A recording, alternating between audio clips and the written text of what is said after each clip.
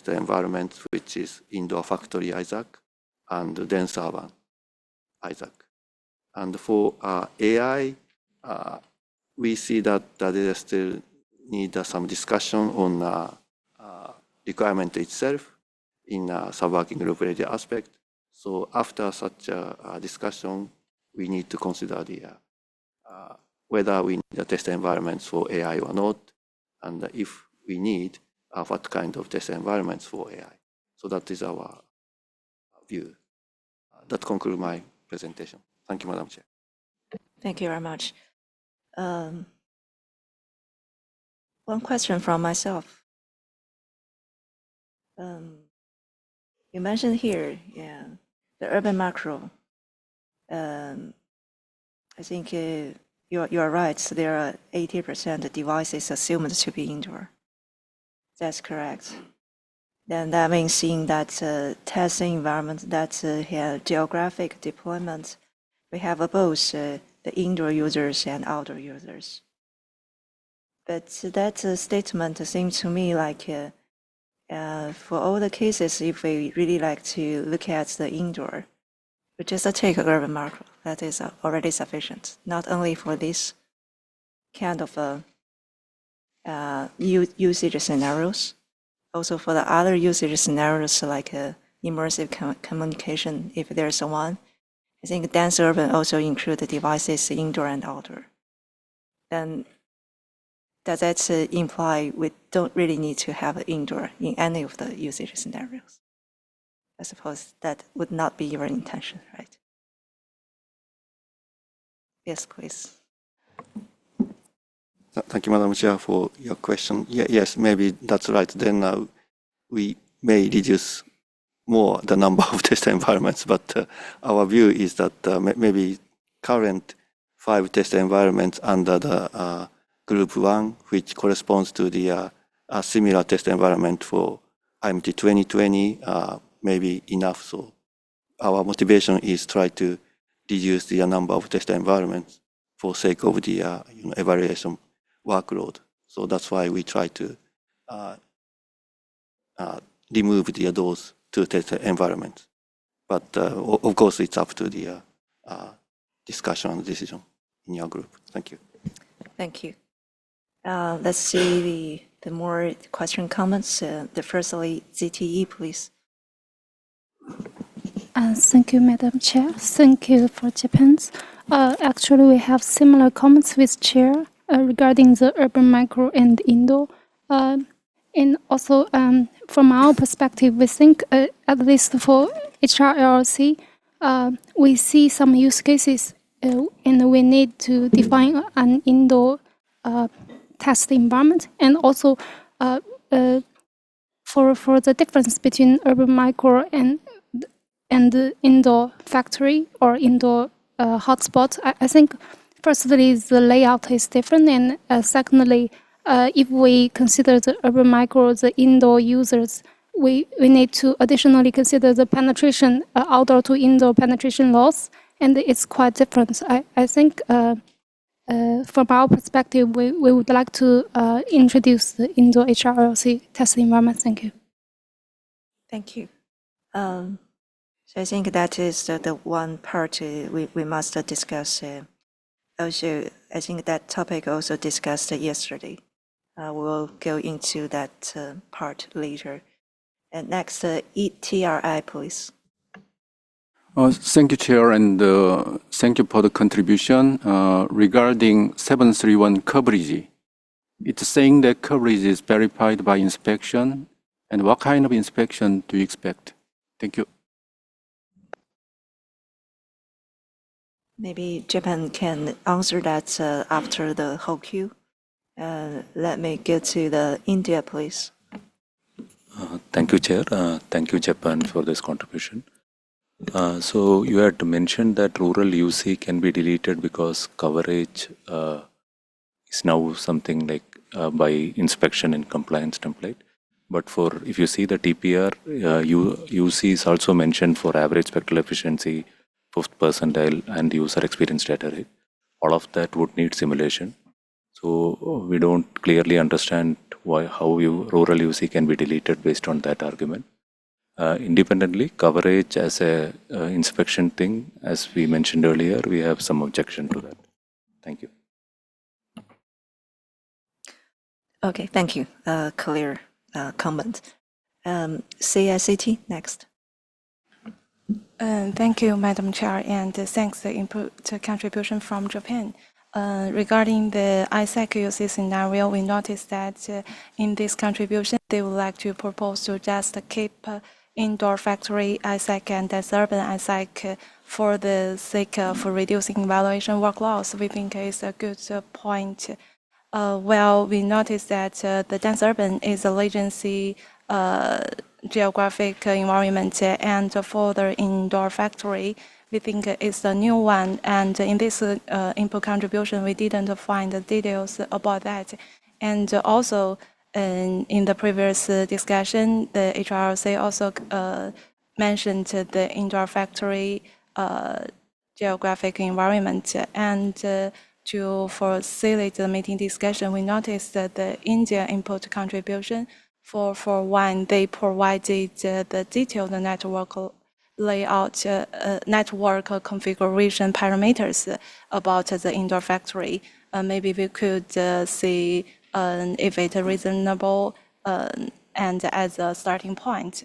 But referring to the definition to the latency test environment, for example, the indoor hotspot, we think if there's a figure to describe the test environment rather than the parameters table is more clear to the readers. Thank you. Thank you. I think that's good when we talk about the new testing environment with the new geographic deployment. If someone who proposed that can provide some more details, then that will be really easy for the meeting to understand what kind of a geographic we're going to look at. I think that is the good point to bring it to the meeting. Maybe when we discuss a test environment, we can look into some of the proposal in the input contribution and to understand the geographic deployment together. Okay, then Nokia, please. Thank you, Madam Chair, and thank you, Japan, for the nice contribution. I just have a question regarding positioning, where the high-level assessment method is TBD. So I was wondering what your thoughts on that, and what would be the alternatives you are considering. Okay, got it. And next is US, please. Thank you, Chair, and thank you, Japan, for this contribution. You know, we have some very controversial topics that we have to address. Coverage keeps coming up. Some administrations are very strongly feel it should be here. Others feel it should not. So I want to thank Japan for at least looking at a compromise way forward where somehow this is done by inspection. But I just want to say the U.S. is not on the page of that it needs to be included here. So there are administrations on both sides of this topic. Thank you. Okay, thank you. For all these question comments, I think there are still a couple of questions to Japan, and if you can have the response to those. Thank you, Madam Chair. I try to make a memo on my PC for each questions. First of all, the question from Etri, how to evaluate the coverage by inspection. And in our other contributions, document 516, we are proposing the definition of the coverage. And if there is a function to have to provide a large cell coverage in RIT, then we can say if there is such a functionality, then we inspect the radio interface technology specification, then we evaluate it. This is meet So this is kind of a yes or no evaluation to inspect the such a coverage extension functionality. And question from or comment from the India. Yeah, this time we just focus on the rural. Assume that the rural UC is used for coverage evaluation. That's why we are proposing to remove it. But if this rural UC can be used the other TPR, then we need to think about it. But so far we don't have any clear idea how this rural UC test environment can be used for evaluation for other requirements. And Nokia's question is positioning. If our view is this should be simulation or inspection. In our Japanese internal discussion, we have a little bit different views inside the delegation. So then this time we are not proposing anything on this part, whether how positioning should be evaluated. So then, unfortunately, we have no clear views on this point. That's it, I think. Did I cover all? Thank you, Madam Chair. Yes, thank you. I guess you covered all. So I encourage the more discussions on those. I think most of the comments, questions are quite important to us. Okay, so let me close this one. Go to the next. Next is a 540 from Erickson. Yes, thank you, Madam Chair. So in 540, we treat 4 of the TPRs, same as we have in our TPR paper to subarachnoid radio. So we have first the composite requirement, or the joint requirement as it was called. We propose here to discuss a new title, but that's, I guess, for discussion. We have positioning, sensing, and energy efficiency. And what we do for all those 4 is actually as a text proposal to give just a first draft of what the step-by-step evaluation could look like. And it's not really that we think that should be decided at this meeting. This is probably quite early to propose that, but we do it also to motivate the requirement from the point of view of being a TPR, because we think that if we agree that something should be a requirement, it should be possible to evaluate. And we basically demonstrate it this way. So first in chapter 2, we have the joint requirement, where we propose to merge the different ones as we presented the same thing in the TPR contribution. So we have many of those, and we think those can be evaluated together. And then in the second chapter, we propose a methodology for evaluating capacity. And we here have basically 5 different possibilities, or rather 4, where the first one is the 0 possibilities to basically not evaluate. But we think that of the 4 ones proposed, that the number 3, which is similar to what we actually do for connection density, that is probably the way to go. One could also do full system level simulation, possibly, but it's more complex. Maybe that could be an alternative. And then we, in 2.3, give an example to what that evaluation could look like. And this example is then for the capacity part. So remember that we actually already proposed the rest of the evaluation earlier. And in the text proposal at the end, we have a full evaluation, which both evaluates the joint requirement with all the parts. And then after that, it does this step-by-step also capacity evaluation. So this is based on connection density, and you see that 2 of the steps are deleted because those are not really needed in this case.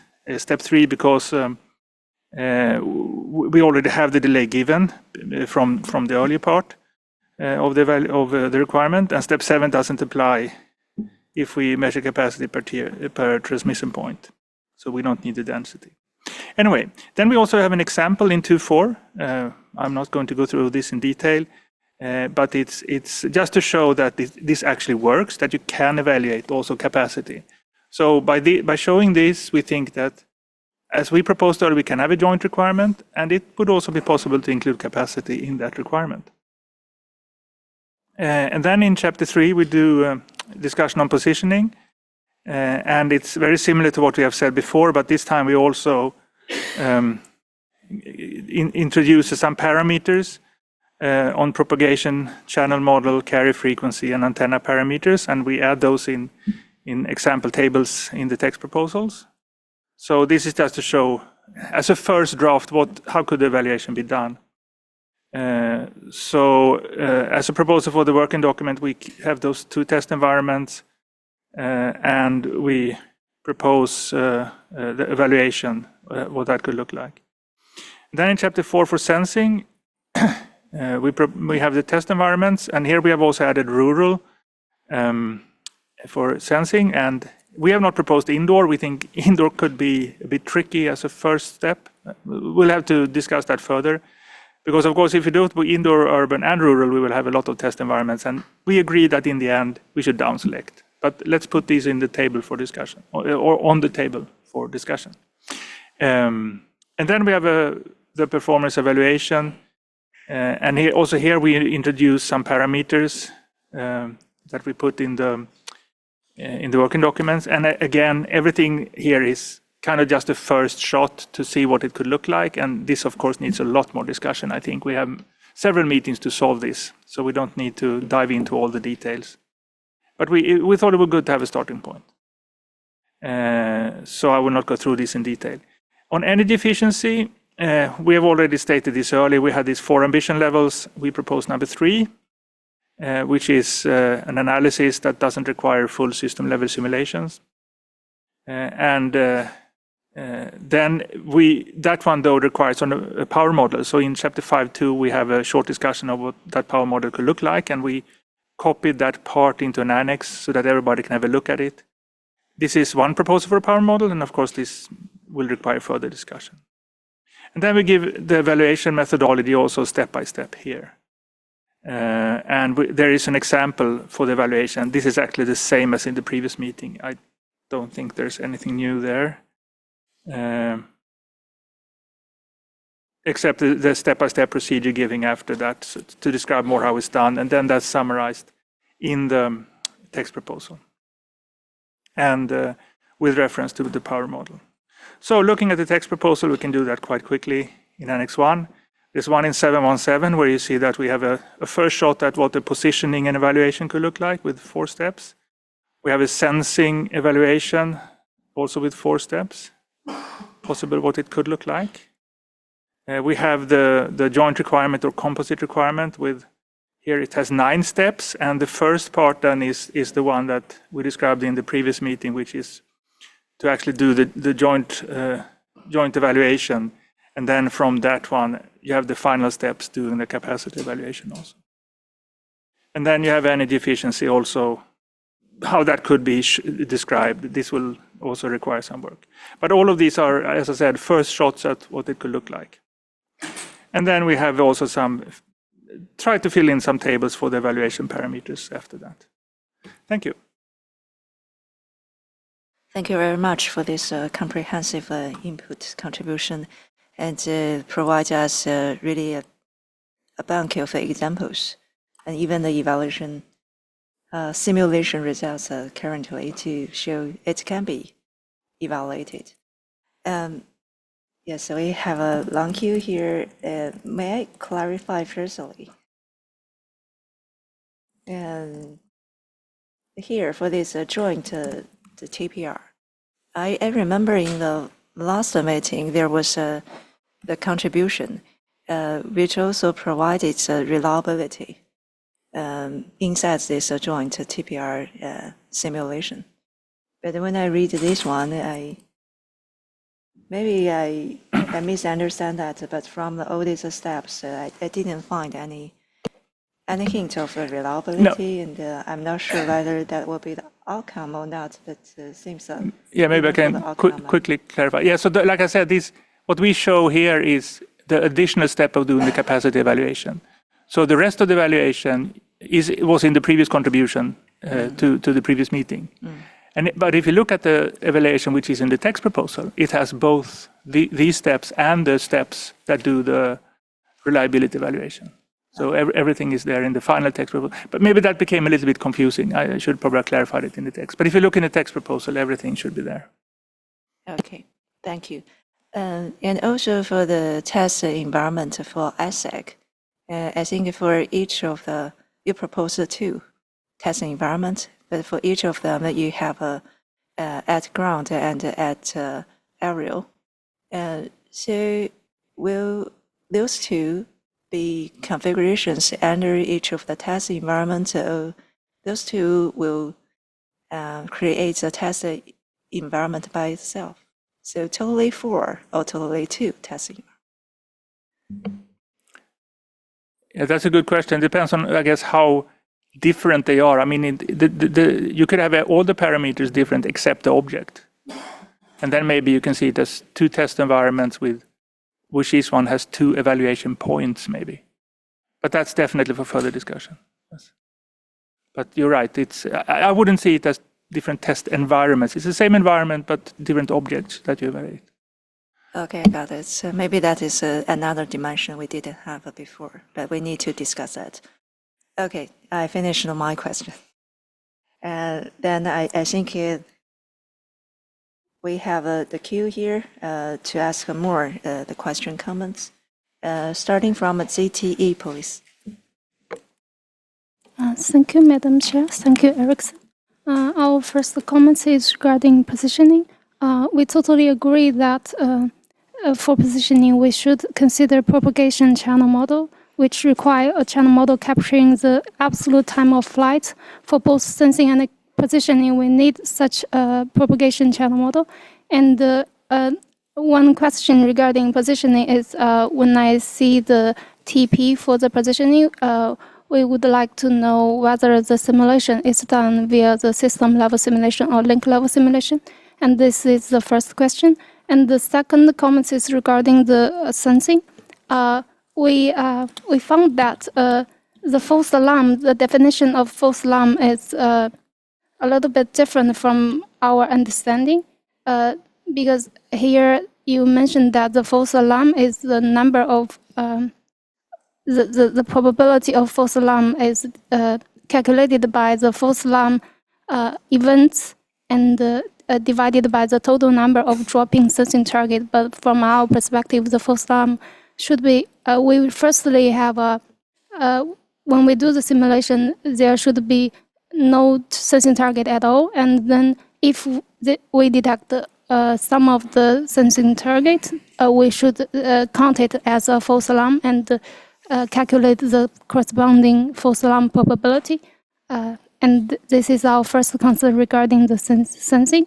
And the second one is regarding the in the section 4.2, there is a table for sensing. The first comment for the table is regarding the radio sensing signal. We think it's actually the sensing mode, right? Because you have 2 different radio sensing signal. The first one is TX is BS, RX is also another BS, and the second is TX is BS, RX is UE. But from our perspective, all 6 sensing modes should be considered for the sensing. Maybe we can generalize this role to the sensing mode. And the second one is regarding the last role, interference model. We would like to know how to model such interference, and what does this interference mean? Does this mean communication interference sensing, or the sensing signal interference with current communication, or neighboring BS interference current sensing BS? I'm not sure how to model this one, and could you clarify this one? Thank you. Johan, do you like to answer this firstly? Because I feel... Yeah, it was quite a lot of questions. Yes, I just feel maybe you will forget it after other comments. Yeah, I tried. I'm not sure. I'm not sure if I caught all questions. Maybe we should take some offline as well. Yes. I think now I personally haven't done positioning simulations, but as I understand it, you have to do link level, definitely simulations.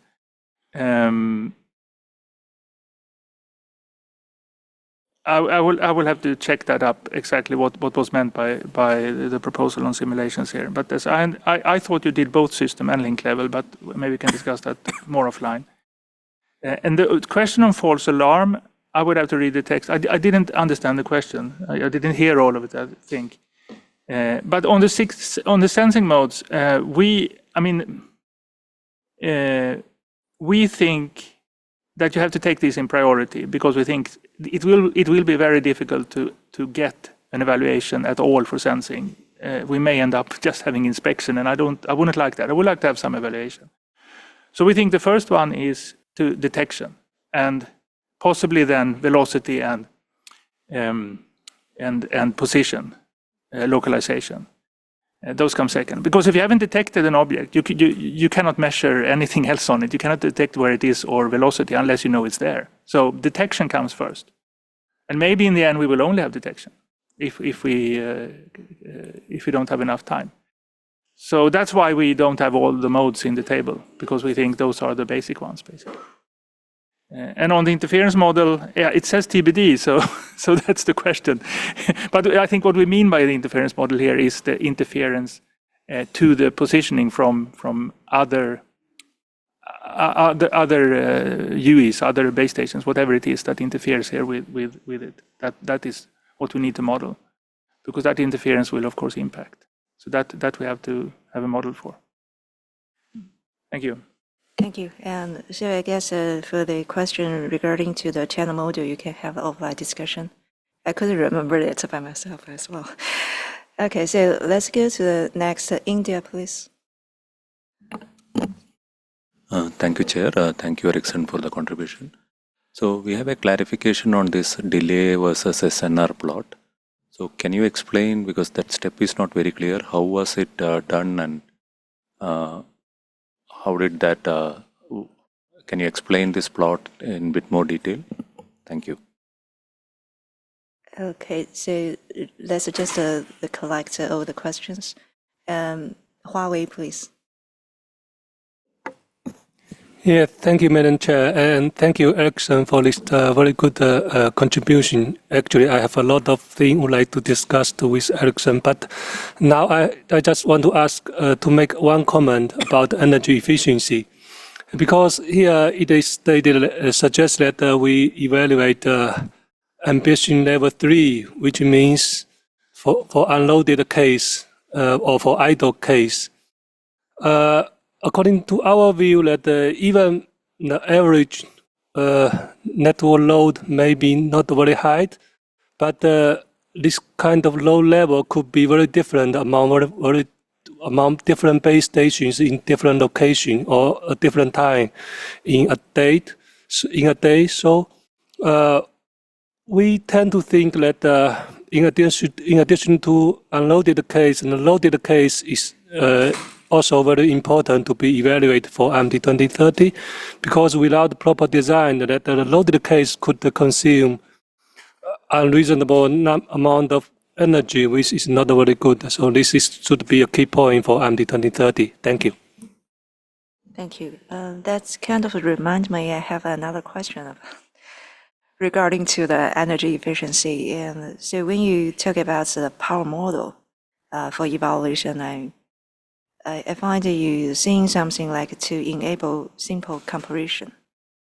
So I wonder that kind of a comparison is within the evaluation itself to find how much gain we have.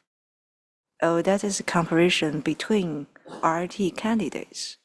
I wonder the purpose of that, but maybe you can answer that later when we finish this queue. Let me go to the next India, please. No, that's a legacy hand. You asked the question. Okay. So China Mobile, please. Thank you, Madam Chair, and thank you, Erickson, for this very comprehensive contribution. Our comment is on the evaluation methodology of positioning and sensing. I think it is similar in terms of the general idea, which is also in the China evaluation contribution 460. And the question for clarification is regarding the sensing evaluation methodology.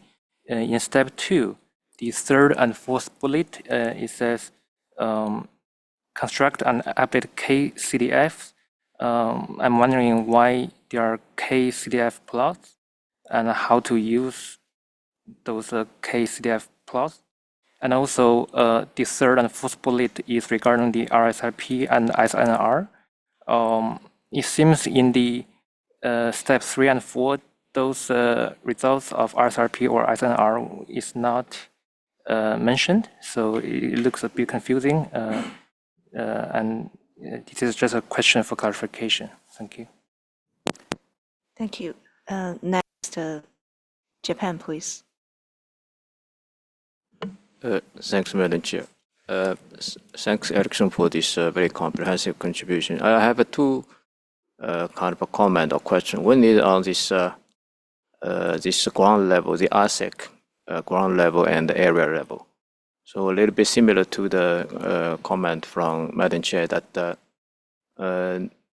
I wonder why you cannot combine those two into one testing environment or one configuration by setting the different UE heights. This is one comment. And second is that please be careful for this antenna down tilting. I'm not so sure if you like to test the base station antenna pointing to the sky. That will raise ring a bell to the regulatory people. And second, on this energy efficiency.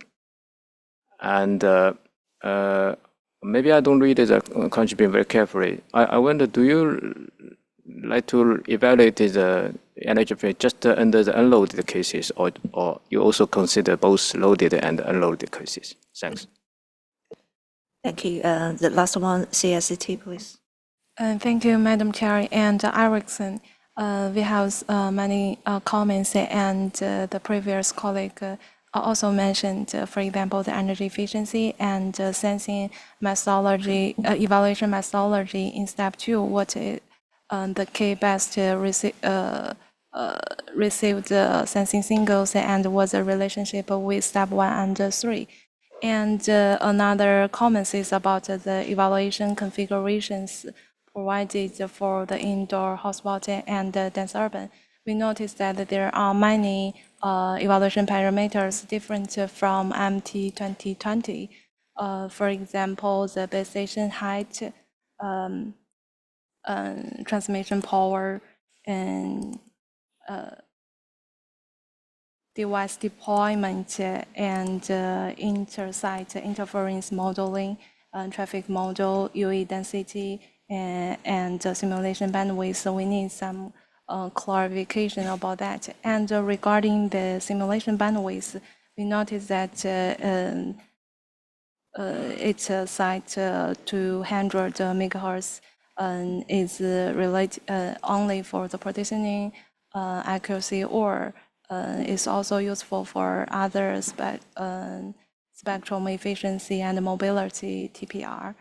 And regarding the bandwidth increased, and we noticed that the total transmission power for TRXP is the same with MT 2020. We think that worked. We need some clarification. Thank you. Thank you. I don't know how many you can remember. Yeah, I think some of this we need to take offline because I understand where the issue was, but not exactly what the issue was. So just on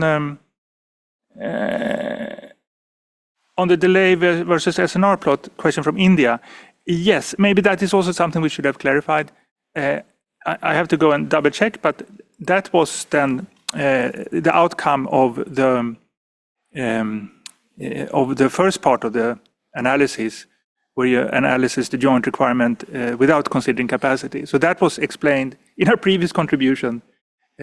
So I think you will find that plot there. Now I cannot swear that it's exactly the same plot, but we'll have to go and double check, and maybe we can take that offline. But that's the idea, that is the outcome of the first part of the analysis. And then when you want to do capacity, you do this part of the analysis. So only the capacity part is shown here. Then on on the energy efficiency, and there were several questions on this. We believe that ambition level 3 is the most important, and it is for the idle case. And I understand that some think that it is would also be more important to look at loaded cases where you have sort of more normal traffic. But what we explained and very carefully in the previous meeting was that there is load in any system, of course, but that load is local in space, and it's also sort of localized in time. It's not everywhere, and it's not all the time. It's quite it's during rush hour and in certain dense areas. So if you look at the system as a whole, energy consumption is often dominated by those idle base stations. So the first thing we should evaluate is to make sure that those idle base stations do not consume unnecessary power. That's the most important step to achieve energy efficiency. Then, of course, it's also important that when they're semi-loaded, that they don't suddenly go up to maximum power. So I agree that that's also important, but it's not as important as the idle case. So maybe in the end, we should allow to do both ambition level 3 and 4. We think level 4 becomes very complex because you need to make so many more assumptions. That's why we didn't propose it. But maybe as for other requirements, we could have both, and that one is an option. So that's one way forward. On the power model, the intention when we say comparison, maybe it can be misinterpreted. Of course, it's a relative evaluation. So you have to select a baseline to compare to. I think we put in 5G NR here, but that has to be discussed and agreed. I don't think that the intention of ITU is to compare different submitted RITs with each other. That's not the intention. So that is not what we propose. And then there was a comment on positioning or sensing methodology, which is similar, yes. There were some details there in step 2. I'll have to take that offline because now I didn't even I didn't fully understand which step it was, and so let's take that offline with China Mobile. Sorry about that. And I agree on this that we presented ground level and aerial as different test environments. That has already been asked by the chair. I think we should probably see it as a single test environment because that's what the name is, and then at 2 evaluation points. Like I say, 2 different heights or something. And I agree fully that we have to be very careful about tilting. So when we select the parameters for this, if we do it, we have to be very careful. So I agree 100% on that. And then there was a comment on CICT, also on relation between step 1 and 3. Again, on the details of the steps, we can take that offline. From my point of view, this is just a first approach, and it obviously will need a lot of revision and changes. So let's take that also offline. And then it's a very good point. Many parameters in these tables are different from IMT 2020. Now, we took parameters from evaluations that has been done and that we know that they work and so on. And then we realized, which I maybe should have commented on, that yes, it turns out some of those are the same, but some are different from IMT 2020. So here we have to further investigate. Can we change the parameter? Can we redo the evaluations? Should we have the same parameters for positioning as we do for spectral efficiency? Probably. We should try to do that, but it needs further discussion. But it's a good point. And on the simulation bandwidth, the 20 and 200 megahertz is proposed for positioning here. We haven't proposed detailed parameters for the other, such as spectral efficiency. So those were just for positioning. And on the total transmitted power being the same as IMT 2020, I didn't understand the question there. Maybe we can take that one offline as well. Thank you. Thank you. So for lots of explanation, clarifications, and I think in the offline we could have the more discussion on all the details. I see the hand raised by India. Oh, yes, please.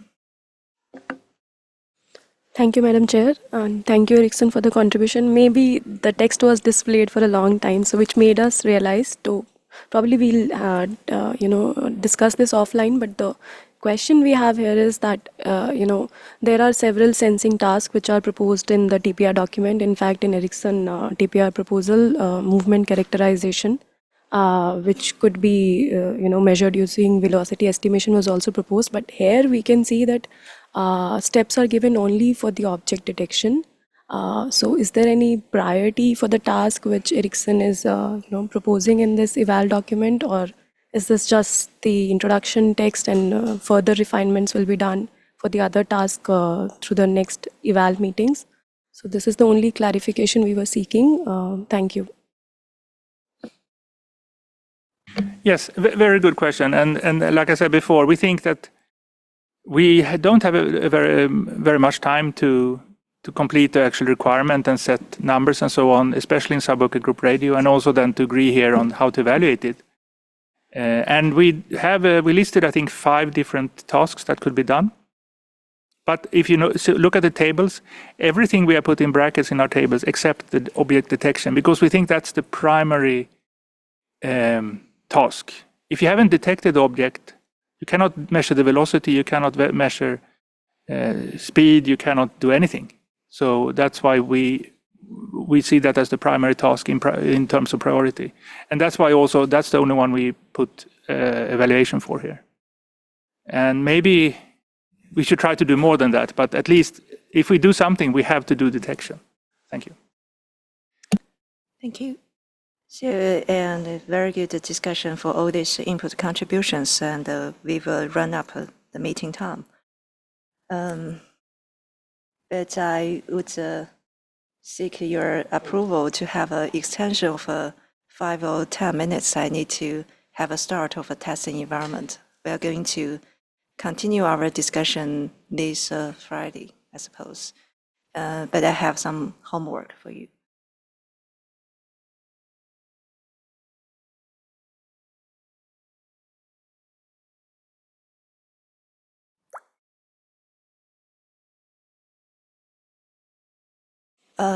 Test environment so far as I just received, actually we already discussed 2 meetings, and this is a 3rd meeting. We're going to discuss the test environment. So I see lots of convergence among us. So for some of them, I think that could keep quite stable. Then we can move on with that. But in this meeting, there are still a couple of issues left here. So I have the 2 pages, group 1 and group 2 for each of the page. Maybe you can take a look at this 2 page and see whether your proposal already inside the description under the testing environment. So far, what I found is there are still the new deployment scenario proposed for the MT 2030. And I think most of them were also proposed in the last meeting. So how could we do with that? Because in the last meeting, we have different views. And the ones I already analyzed in this page. And also there are some kind of a proposal to replace the current inherited scenarios, inherited testing environment to the new ones. So that part would be also discussed. So I think the question already asked, and we also received some of the comments regarding to this testing environment. But we really need to have a good solution, how we can move on with that. Group 2. Yes, there are proposals to see there's no any testing environment to any of the usage scenarios under group 2. And at the same time, there are also the proposals to have the new testing environment because there are the new TPR proposed corresponding to that. So currently, I think there could be the way we can go. I understand that there's the option. There's no any testing environment. I believe it could happen if there's no any TPR we need to simulate, then there's no any testing environment. So that is the one option. But besides that option, I think it's a time to discuss the rest of them. So keeping, there's a possibility we have no any testing environment in mind. Then we can discuss the possibility of the candidate testing environment under each of the usage scenarios.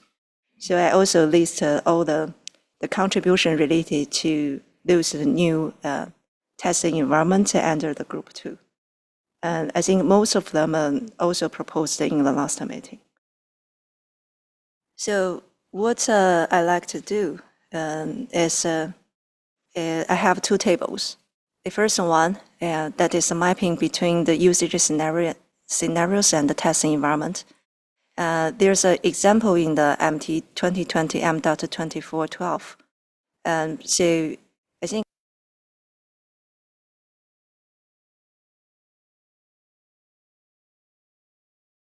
so I have the template here for this mapping.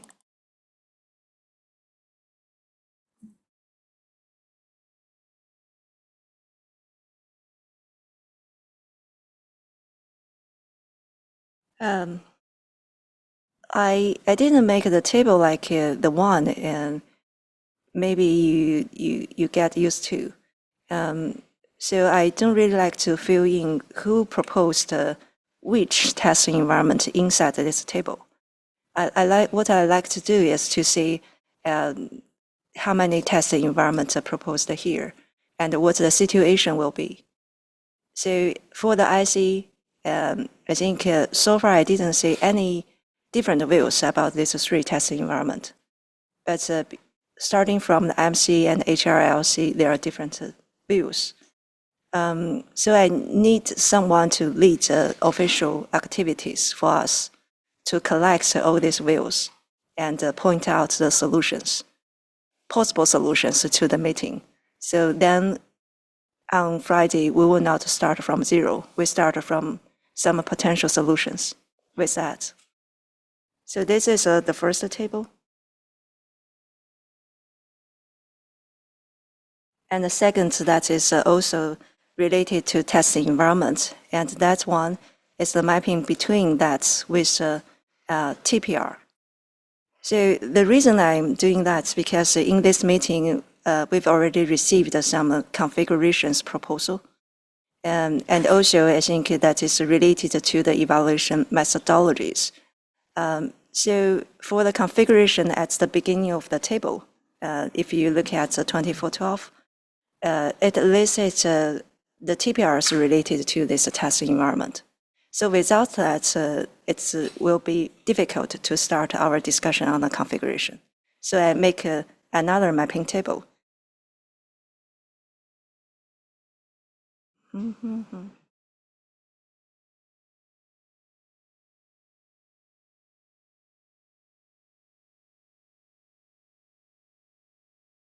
Okay, so this one is the table to tick. So under each of the testing environment, and which TPR will be evaluated. So I also like to find someone to lead this one, to see the views and the issues we have now, and whether there's potential solutions. Then when we discuss that, then that will be very clear to us which one is already stable, is already acceptable to everyone, and which one we need to discuss. Okay, so there are 2 templates. I will not spend the time here in the meeting to find who will lead that. If there's someone who are interested to that, please come to me after this session. And the next page is some items we are going to learn from SWG radio aspects. So on Fridays in the period 2, there will be a list to be discussed in that SWG.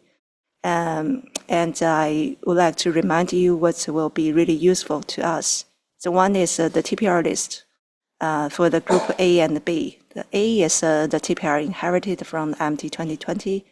Whether we keep off them, or there will be something fundamentally changed or removed. And group B is candidate new TPRs, if we could have them. If not, maybe we just see what's on the list as the candidates. And also another issue is whether we have different levels of the TPRs, like spectrum efficiency. Well, we have the first level to see spectrum efficiency with the average 50%, or we just directly use the levels of the details, like the 50% average in the evaluation reports. So that's all. I think we need to prepare before the Friday meeting. And the next session of the SWG evaluation will be the period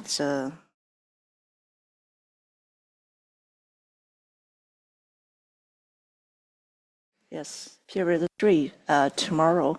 We're gonna start from MT 2020. Do you have a question? Yes, please. Thank you, Madam Chair. In the slides, you mentioned about Group 1, Group 2, or Group A, Group B. So in the TPR document, we are not distinguishing the TPRs as such. So do you intend to create the evaluation methodologies or the relevant TPRs into two groups, or it's only for the discussion perspective we have these two groups? Thank you. The second template is not for evaluation methodology, that is only for the TPR and the testing environment. So my plan is to list all the candidate testing environment and all the candidate TPR in the table. And after, I think on the Friday, when we got the list, we can remove some of the TPR, which already removed from the SWG review aspects. That will be easier for us to discuss. Yes, please. Thank you, Madam Chair. Sorry, just a follow-up question. So in the document, the eval methodology report, do we plan to have an explicit definition of groups into two groups? Or is it only discussion? Like when we write the different test environment, do you want to continue that way? There are two groups of TPRs or test environments and all those things. Possibly, yes, but so far I think that is quite initial thinking about those groups, whether that will facilitate our discussion or not. If for the group 1, that's group A, that is quite stable, then that will help us. But if it is not, then possibly category of groups may not really help. It depends on our progress on that. Japan, please. Thanks, Madam Chair. Just asking, do you plan to upload the summary material to the share folder or Yes, not? Okay, I will. thank you. Okay. Thank you. I will put all the materials we need to discuss into the share folder. Okay, so that's it for this session. Thank you very much. And the ones who are interested to lead the discussion of those two tables, come to me. Thank you. The meeting is adjourned.